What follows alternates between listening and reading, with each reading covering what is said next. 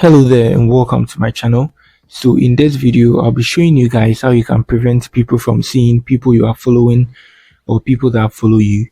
So to do this, it's very much simple and easy. I have a lot of tutorials on Instagram and this is one of the most simplest of them. So on my profile here, you can see this is my IG profile.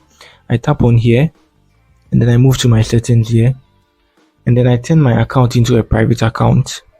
So now let me come to privacy.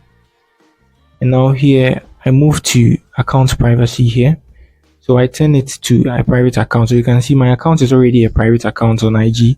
When you turn it into a private account, they can find your profile, but then they will have to request access before they can see the people you are following, your posts, your videos, and then the people that are even following you, something like that. So before they get access to everything about you on IG, they need to request for you to accept before they can get access to you. Even if you are following them, they can get information about you unless they request before they can get information about you.